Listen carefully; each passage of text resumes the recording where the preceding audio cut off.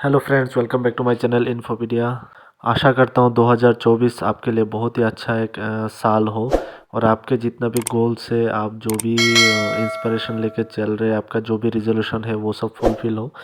तो इसमें से आपका जो एक गोल होना चाहिए वो है आपका फाइनेंशियल फ्रीडम। तो इसके लिए मैं आपको आज बताऊंगा कि 5 फाइनेंशियल गोल जो आपको 2024 में ज़रूर अचीव करनी चाहिए।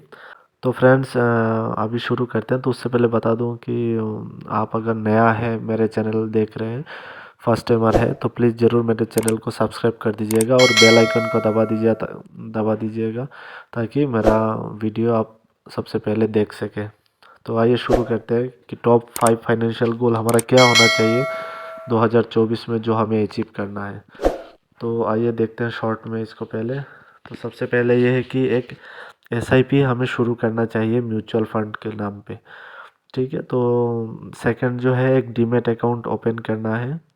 थर्ड है आपके पास एक क्रेडिट कार्ड होनी चाहिए। चौथा है एक आप जो लोन वगैरह लेते हो उसका एक एक्स्ट्रा ईएमआई पे करके लोन अमाउंट को रिड्यूस करना है। और लास्ट में है एक इमरजेंसी फंड आपके पास होना चाहिए जो कभी भी आपको ज़रूरत पड़ता है। तो आइए सब शुरू करते हैं सबसे पहला पॉइंट से।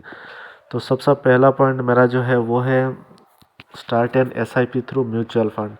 तो फ्रेंड्स, आप लोग जानते ही हैं कि म्यूचुअल फंड आज के दिन में एक बहुत ही अच्छा खासा फाइनेंशियल बैकबोन है जो लोगों के फाइनेंशियल सिस्टम है या फिर लोग जो इन्वेस्ट करते हैं उसके लिए। तो आपको इसमें हिस्सेदारी ज़रूर लेना चाहिए और म्यूचुअल फंड के थ्रू आपको पैसा कमाना चाहिए। मैक्सिमम म्यूचुअल फंड जो है वो अच्छा खासा रिटर्न देता है और बहुत सारे हैं जो ख़राब रिटर्न भी देते हैं। तो वो चीज़ आपको थोड़ा सा एनालाइज करके उसके बाद आपको म्यूचुअल फंड में पैसा लगाना पड़ेगा। तो म्यूचुअल फंड करता क्या है? म्यूचुअल फंड ये है कि एक जो भी म्यूचुअल फंड है वो बहुत सारे कंपनीज को एक साथ बाई करता है। तो बहुत से लोगों का पैसा इकट्ठा लेके उसके बाद बाई करेगा और उसके बाद उस पैसे के रेशियो के हिसाब से वो डिस्ट्रीब्यूट कर देता है लोगों को। तो वो एक एक्चुअली डाइवर्सिफाइड फंड होता है। आपको ये जैसे नॉर्मली शेयर मार्केट में क्या करते हैं कि लोग जब भी कोई शेयर लेते हैं तो एक ही शेयर ले सकते हैं। तो म्यूचुअल फंड में क्या है कि आप पैसा तो उतना ही दे रहे हैं लेकिन आप डिफरेंट शेयर ले सकते हैं उसमें से, वो भी अलग अलग क्वांटिटी का। वो डेसिमल क्वांटिटी में आता है लेकिन वो आपको कंपनी ऐसे आपको कुछ बताएगा नहीं, लेकिन जस्ट आपको जब उसका शीट वगैरह देखेंगे तो उसमें आ जाता है कौन कौन सा कंपनी परचेज करके रखा हुआ है, होल्डिंग पे है। तो फ्रेंड्स, म्यूचुअल फंड एक आपके पास ज़रूर होना चाहिए जिसके थ्रू आप पैसा लगाएं और आपको एक अच्छा खासा ग्रोथ मिले, क्योंकि इसके थ्रू आप स्टॉक्स खरीद रहे हो, बॉन्ड खरीद रहे हो और इसके लिए आपको कोई चिंता करने की ज़रूरत नहीं है। आपको जो भी है वो म्यूचुअल फंड मैनेजर जो होते हैं वो बहुत दिन से ये सब चीज़ को हैंडल करता है, उसके बाद ही वो म्यूचुअल फंड मैनेजर बनता है और अच्छा खासा उन लोगों का क्वालिफिकेशन रहता है जो ये चीज़ को अच्छे से हैंडल कर पाता है। तो आपको भी ये म्यूचुअल फंड के थ्रू पैसा लगाना चाहिए मार्केट में, इससे अच्छा खासा रिटर्न मिलता है। और इसका एक चीज़ ये है कि जब आपको मर्जी है उसको आप ब्रेक करके इसका पैसा भी निकाल सकते हो। इतना जितना भी यूनिट है आपके पास उसको सेल कर दो और उसके बाद 1-2 दिन के अंदर आपके पास पैसा आ जाता है।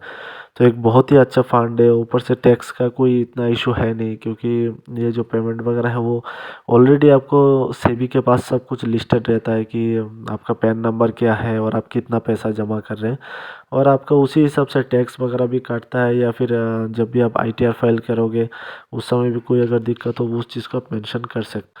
तो फ्रेंड्स, ये एक बहुत ही अच्छा ऑप्शन है। तो आपको ज़रूर एक मिनिमम एक एसआईपी खोलना चाहिए म्यूचुअल फंड में, ताकि आप कुछ पैसा सेव कर पाओ और इस चीज़ को जब भी ज़रूरत पड़े उसको तोड़। तो फ्रेंड्स, आइए चलते हैं नेक्स्ट पॉइंट पे। नेक्स्ट है ओपनिंग ए डीमैट अकाउंट। तो फ्रेंड्स, आज के दिन में डीमैट अकाउंट एक बहुत ही कॉमन चीज़ हो गया। लोग पहले उतना इस शेयर मार्केट में उतना ज़्यादा इंटरेस्टेड नहीं था, लेकिन जब से कोरोना आया है और लोग घर में बैठे हैं तो उस समय से लोग थोड़ा सा शेयर मार्केट के ऊपर ज़्यादा जोर दे रहे हैं। और लोग देख भी रहे हैं कि बहुत सारे स्टॉक है बहुत अच्छा खासा रिटर्न दे रहा है, जो बैंक वगैरह में एफडी में आपको वो इंटरेस्ट नहीं मिलता है। तो आपको भी एक डीमैट अकाउंट ज़रूर ओपन करना चाहिए और बीच बीच में अच्छा खासा स्टॉक जो आपको फाइनेंशियल एडवाइज़र जो आपको बोले वैसा स्टॉक को आपको लेना चाहिए। और इससे लेने में क्या होगा कि आपका जो है ना पोर्टफोलियो जो है वो थोड़ा सा बढ़ जाएगा और आपको एक पैसा जमाने का एक आदत पड़ेगा कि आप भी पैसा जमा रहे हो इसके लिए। तो एक बहुत ही एक अच्छा चीज़ है और ऊपर से और बहुत सारी चीज़ है उसको मैं अभी बताऊंगा। तो मैं अभी आपको बताऊंगा कि डीमैट अकाउंट का और क्या क्या फ़ायदा है। तो इसमें एक चीज़ तो सबसे इजी चीज़ जो है वो सिक्योर रहता है शेयर और सिक्योरिटीज़ का। तो आप शेयर भी खरीद सकते हो, सिक्योरिटीज़, बॉन्ड्स, बहुत कुछ खरीद सकते हो डीमैट अकाउंट के थ्रू। उसके बाद है इसमें कोई चोरी का डर नहीं है, कोई forgery loss damage of physical certificate की। आपको पहले क्या होता था, डीमैट अकाउंट फिजिकली खोला जाता था और शेयर वगैरह फिजिकली मिलता था। तो फिजिकली बॉन्ड जो डॉक्यूमेंट होता है उसके थ्रू मिलता था। आजकल क्या होगा, सब कुछ आपके अकाउंट में अवेलेबल होगा, मोबाइल में आप एक्सेस कर सकते हो इजीली। तो इसमें क्या होता है, चोरी होने का कोई डर नहीं है, कोई फ्रॉजरी नहीं, क्योंकि सब कुछ जो CDSL हो गया, NSDL हो गया, उनके पास शेयर मौजूद रहता है और आप जब मन करे उसको बेच सकते हो, उसके पैसा निकाल सकते हो और कोई डैमेज होने का कोई दिक्कत नहीं है, ना कोई फिजिकल सर्टिफिकेट की ज़रूरत पड़ता है। थर्ड है कि क्विक ट्रांसफ़र ऑफ शेयर्स। आप अगर इसको बेचना चाहते हो, ख़रीदना चाहते हो, बहुत ही इजी प्रोसेस है इसको बेचना खरीदना। और आप किसी अगर थर्ड पार्टी को भी, किसी और बंदे को भी भेजना चाहते हो, वो भी बहुत इजी प्रोसेस है।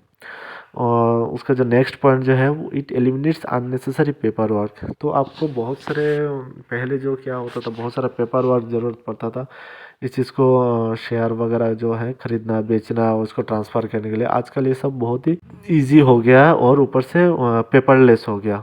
तो फ्रेंड्स, ये जो ये डीमैट अकाउंट है और वो भी खोलने के लिए आजकल सब कुछ ऑनलाइन हो जाता है। बस आपका आधार कार्ड के साथ मोबाइल नंबर लिंक होना चाहिए और बस OTP आते हैं तो उसी के थ्रू आप खोल सकते हो और बहुत ही इजी प्रोसेस है। आप अगर खुद खोलना चाहते हो किसी कंपनी के थ्रू वो भी ठीक है, और अगर नहीं खोलना चाहते हो किसी दूसरे कंपनी को आप बोलते हो कि नहीं, वो आपको ये सब चीज़ें एडवाइस करे, कंपनी खुद एडवाइस करके आपको कैसे कैसे करना है वो चीज़ आपको बता देगा और आप इसके थ्रू एक अपना पोर्टफोलियो जो है उसको डाइवर्सिफाई कर सकते हो, डिफरेंट टाइप ऑफ शेयर खरीद सकते हो। ऐसा कोई सेक्टर नहीं है जिसका शेयर नहीं है शेयर बाज़ार में, जो NSE BSE ये सब में लिस्टेड नहीं है। तो आपको ज़रूर इसको देखना चाहिए और एक डीमैट अकाउंट ओपन करके शेयर वगैरह लेना चाहिए। लेकिन वो सब आपका जो फाइनेंशियल एडवाइज़र है उसके निगरानी में होना चाहिए, क्योंकि आप खुद तय नहीं कर सकते कौन सा शेयर अच्छा है कौन सा गलत है। तो ये फ्रेंड्स बहुत ही एक अच्छा चीज़ है। ये चलते हैं थर्ड पॉइंट की तरफ। नेक्स्ट है आपके पास एक क्रेडिट कार्ड होना चाहिए। फ्रेंड्स, ऐसे लोग बोलते हैं कि नहीं क्रेडिट कार्ड गलत बात है, अच्छा चीज़ नहीं है, लेकिन वो सबका एक मेरिट डिमेरिट दोनों पॉइंट होते हैं। तो आज मैं बताऊंगा आपको क्या क्या इसका मेरिट पॉइंट्स है और आपके पास एक क्रेडिट कार्ड क्यों होना चाहिए। तो इसका जो सबसे पहला पॉइंट है, अगर आपके पास क्रेडिट कार्ड है तो आप इजीली आपका क्रेडिट स्कोर वगैरह मेंटेन कर सकते हो, क्योंकि आप थोड़ा थोड़ा करके अगर क्रेडिट कार्ड का यूटिलाइज़ करोगे और उसको ऑन टाइम बिल पेमेंट कर दोगे तो उसके बाद आपको क्रेडिट स्कोर बहुत ही अच्छा हो जाता है। तो नेक्स्ट क्या है, avoid late fees and interest charges. मान लीजिए आपको कुछ पैसों की अभी ज़रूरत है, कुछ ख़रीदना है या कुछ, तो आप इसको क्रेडिट कार्ड को यूज़ कर सकते हो। इधर आप अगर क्या करते हैं, बैंक में जाके लोन ले लेते हैं या किसी और से उधारी ले लेते हैं, तो उसमें क्या करते हैं, आपको एक्स्ट्रा इंटरेस्ट पे करना पड़ता है और साथ में बहुत सारे इसका डॉक्यूमेंटेशन ये वो रहता है। तो क्रेडिट कार्ड क्या करती है, इस सब चीज़ को अवॉइड करता है और आप इजीली उस काम को अपना निपटा सकते हो और साथ में इंटरेस्ट, बिना इंटरेस्ट का आप पेमेंट वगैरह करके आप एक अच्छा क्रेडिट स्कोर भी मेंटेन रख सकते हो। थर्ड है कि बेटर कंट्रोल ओवर फाइनेंसेस। तो आपका जो फाइनेंस है उस पर आप कंट्रोल कर सकते हो। आपको एक चीज़ बता दूं कि ये जो क्रेडिट कार्ड है वो बहुत अच्छा खासा कैशबैक ऑफर देते हैं। जैसे एक्सिस एस कार्ड है, वो आप कोई बिल पेमेंट करते हो गूगल पे के थ्रू, आपको 5% कैशबैक देगा। Bill, water bill payment, gas bill, फिर मोबाइल रिचार्ज, बहुत सारे में देते हैं। और आपको एयरपोर्ट लॉन्ज एक्सेस वगैरह देते हैं। आपको अगर फ्री क्रेडिट कार्ड चाहिए उसका लिस्ट में दे दूंगा, उसका भी एक वीडियो बना के रखो, उसका आई बटन में दे दूंगा, उसके थ्रू आप देख सकते हो। अगर आप क्रेडिट कार्ड यूज़ कर रहे हो उसका जो हिस्ट्री है वो सबके पास रहता है। तो आप जब भी कोई लोन के लिए जा रहे हो तो उसमें आपका जो अप्रूवल है वो बहुत ही इजीली मिल जाता है, क्योंकि ऑलरेडी गवर्नमेंट के पास ये सब चीज़ें रिकॉर्ड रहता है कि आप कितना लोन पेमेंट के लिए कैपेबल हो और हर एक बार आप ये चीज़ को मेंटेन करते हो नहीं। बैंक वालों को बस यही चाहिए कि आप डिफ़ॉल्टर ना बने और हर जो पेमेंट है उसको टाइम पे दे सके, जो ईएमआई बनता है या फिर लोन पेमेंट जो भी करते हो उसका। नेक्स्ट है लोअर इंटरेस्ट रेट। इसमें क्या है कि आप क्रेडिट कार्ड के थ्रू आप लोन वगैरह भी ले सकते हो। जैसे क्रेडिट कार्ड कंपनी देखेगा कि आप रेगुलर इंस्टॉलमेंट पेमेंट कर, ईएमआई जो होता है या फिर जो आपका जो बैलेंस बनता है उसको आप रेगुलरली पेमेंट करते हो, तो अब ये लोग खुद ऑफ़र करते हैं कि आप इतना लोन ले लो, उतना पर्सनल लोन ले लो, और इंटरेस्ट रेट भी बहुत कम देता है। तो फ्रेंड्स ये एक बहुत ही अच्छा पॉइंट है। आइए नेक्स्ट पॉइंट पे चलते हैं। नेक्स्ट है give an extra EMI to loan payment. Friends ये एक ऐसा पॉइंट है जो कोई आपको बताएगा नहीं, और मैं आपको बता रहा हूँ क्योंकि मुझे लगता है कि ये चीज़ को आपको भी मेंटेन करना चाहिए और बहुत ही अच्छा चीज़ है। आप कोई भी एक लोन लेते हो तो उसका एक अमाउंट होता है जो आपको हर महीने पेमेंट करना पड़ता है, उसको बोलते हैं ईएमआई, इक्वेटेड मंथली इंस्टॉलमेंट। तो उसमें क्या है कि हर इसका एक परसेंटेज आप जो भी पेमेंट कर रहे हो एज ए ईएमआई, उसका कुछ परसेंटेज उसका जो कैपिटल रिड्यूस होता है और बाकी इंटरेस्ट पेमेंट होता है।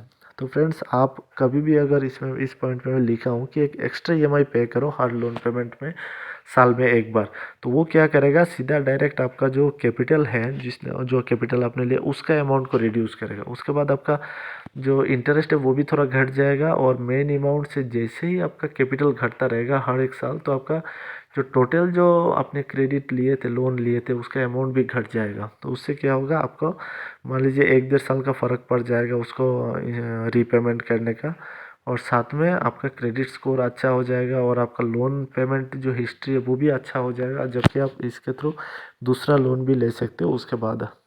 तो फ्रेंड्स ये एक बहुत ही अच्छा पॉइंट है। तो आइए चलते हैं नेक्स्ट पॉइंट की तरफ।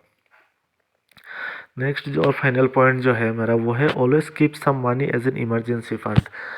फ्रेंड्स इमरजेंसी कब किसके पास आ जाए किसी को नहीं पता, तो आपके पास हमेशा एक इमरजेंसी फंड होनी चाहिए जो आपको डेट और स्ट्रेस से बचा सके, क्योंकि जो भी अनहोनी है वो कब हो जाए किसी को पता नहीं है।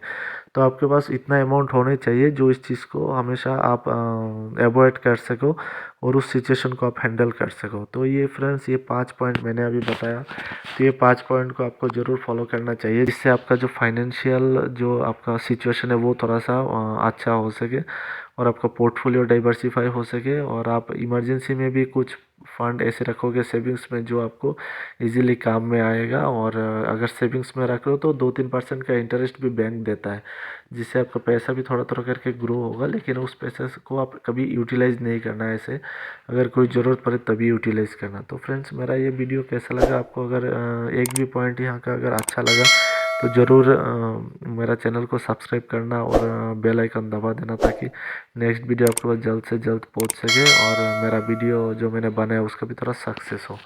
तो थैंक यू फ्रेंड्स।